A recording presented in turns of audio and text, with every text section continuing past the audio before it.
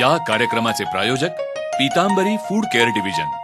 श्रोतेहो नमस्कार। पीतांबरी food care division प्रस्तुत पीतांबरी रुचियाना गुळ या कार्यक्रमात मी शिवानी नेमावरकर आपलं मनापासून स्वागत करते आणि त्याच रुचियाना गुळाबद्दल अधिक माहिती देण्यासाठी आणि आज पुन्हा एक नवीन रेसिपी आपल्याला सांगण्यासाठी पीतांबरी फूड केअर डिव्हिजनच्या सल्लागार प्रणोती बोरसे मॅडम इथे उपस्थित आहेत। प्रणोती मॅडम नमस्कार। नमस्कार। प्रणोती मॅडम, या वेळेला कोणती रेसिपी तुम्ही आमच्या श्रोत्यांना सांगणार आहात? मी यावेळेस पारंपरिक गुळाच्या पोळ्या करणार आहे। वा श्रोतेहो, ज्या गुळाच्या पोळीबद्दल आता आपण माहिती घेतोय ती गुळाची पोळी करण्यासाठी तुम्हाला नक्कीच पीतांबरीचा रुचियाना गुळ आणायला लागणार आहे आणि तो 500 ग्रॅमच्या पॅकिंग मध्ये बाजारामध्ये विक्रीसाठी उपलब्ध आहे। त्याच्या अधिक माहितीसाठी पीतांबरीच्या टोल फ्री क्रमांकाशी तुम्ही संपर्क साधू शकता। आमचा क्रमांक आहे 1800 3070 1044।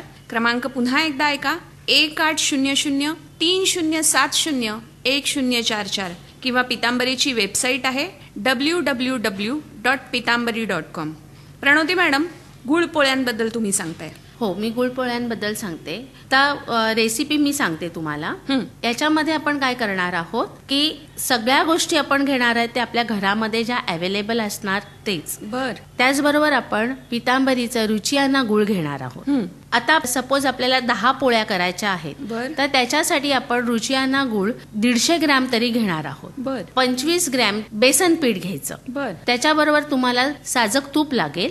हे डाळीचं पीठ साजक तुपावर छान गुलाबीसर भाजून घ्यायचं। त्याचबरोबर आपण याच्यामध्ये 25 ग्रॅम खसखस घेणार आहोत। आधी आपण तवा गरम करायचा, तो बंद करायचा आणि त्याच्यावर खसखस पसरवायची। आपण मिक्सर मधनं त्याची पावडर करायची। आपल्याला चवीला जायफळ वेलचीची पावडर घ्यायची।